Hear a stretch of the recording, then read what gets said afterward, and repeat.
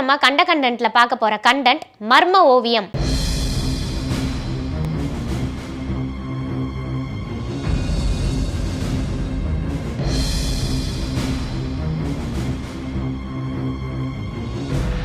Discount அப்படின்னாலே நம்ம நிறைய பொருட்களை வாங்கி குவிக்கிறதுல தான் குறியாவே இருப்போம். இப்படி தான் இங்கிலாண்டில் ஜான் ஏலியட் ப்ரவுன் அப்படின்றவங்க டிஸ்கவுண்ட்ல ஒரு பொருள் கிடைக்குதே அப்படின்னு அதை வாங்கி ரொம்பவே கஷ்டப்பட்டிருக்காங்க.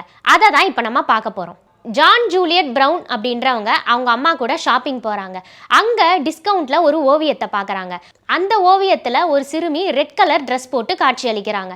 இதை பார்த்த உடனே ஜானுக்கு அந்த ஓவியத்தை வாங்கியே ஆகணும் அப்படின்னு தோணுது. அவங்க அம்மாவும் ஜானை ரொம்பவே ஃபோர்ஸ் பண்ணுறாங்க. இந்த ஓவியத்தை வாங்கணும் போல இருக்குது, இதை நம்ம கண்டிப்பாக வாங்கணும் அப்படின்னு ரெண்டு பேருமே சொல்கிறாங்க. அந்த ஓவியத்தோட விலை ரொம்பவே கம்மியாக இருந்ததுனால அதை வாங்கிடுறாங்க. அப்போது அங்கே இருந்த ஷாப்கீப்பர் என்ன சொல்கிறாருன்னா, இந்த ஓவியம் ஒரு சபிக்கப்பட்டது, இதை ஆல்ரெடி 2 பேர் வாங்கிட்டு போயிட்டு மறுபடியும் வேண்டாம் அப்படின்னு ரிட்டர்ன் பண்ணியிருக்காங்க. அவங்க வீட்டில் இந்த ஓவியத்தை வாங்கினதுக்கப்புறம் கெட்ட விஷயங்கள்லாம் நடந்ததாகவும் அவங்க சொன்னாங்க அப்படின்னு அந்த ஷாப்கீப்பர் சொல்கிறாரு. இதை ஜானும் அவங்க அம்மாவும் கண்டுக்கவே இல்லை. எங்களுக்கு இந்த ஓவியம் வேணும், நாங்கள் வாங்கிட்டு போகிறோம்னு சொல்லிட்டு அதை வாங்கிட்டு வீட்டுக்குள்ளே என்ட்ரு ஆகிறாங்க. அவங்களோட நாய் பயங்கரமாக குலைக்குது. அந்த ஓவியத்தை வீட்டுக்குள்ளே வச்ச நாள்ல இருந்தே இவங்க ஃபேமிலியில் பயங்கரமான ப்ராப்ளம் வருது. ஜானோட அம்மாவுக்கு ரொம்பவே உடம்பு சரியில்லாமல் ஆயிடுது.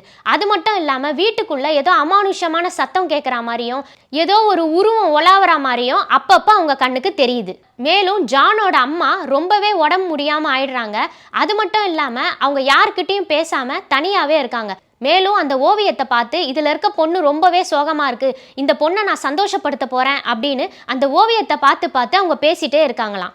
ஒரு நாள் ஜானும் அவங்க ஹஸ்பண்டும் டிவி பார்த்துட்டு இருக்கும் போது டிவிக்கு பேக் சைடில் இருக்க விண்டோவில் ஒரு மர்மமான உருவத்தை பார்க்குறாங்க. அதை பார்த்த உடனே ஜான், இந்த ஓவியத்தினால தான் இவ்வளோ பிரச்சனை நடக்குது, இந்த ஓவியத்தை நாளைக்கே நம்ம எடுத்துகிட்டு போய் அதே ஷாப்பில் வச்சிடலாம் அப்படின்னு சொல்கிறாங்க.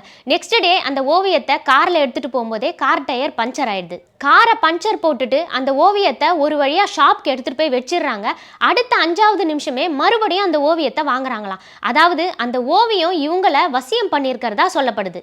மறுபடியும் அந்த ஓவியத்தை வீட்டுக்கு எடுத்துகிட்டு வந்த உடனே மறுபடியும் பழைய மாதிரி வீட்டில் பிரச்சனைகள்லாம் ஸ்டார்ட் ஆகுதான். அவங்களுக்கு என்ன பண்ணுறதுனே தெரில. அதை கடையில் எடுத்துகிட்டு போய் வைக்கவும் அவங்களுக்கு மனசு வரல. அதனால் வீட்டை சுற்றி பூஜைகள்லாம் பண்ணி நிறைய மந்திர கயிறெல்லாம் கட்டுறாங்க. அப்பையும் பிரச்சனை சால்வ் ஆன மாதிரி தெரியல. கடைசியாக அந்த ஓவியத்தை ஒரு பெட்டியில் வச்சு க்ளோஸ் பண்ணிடுறாங்க.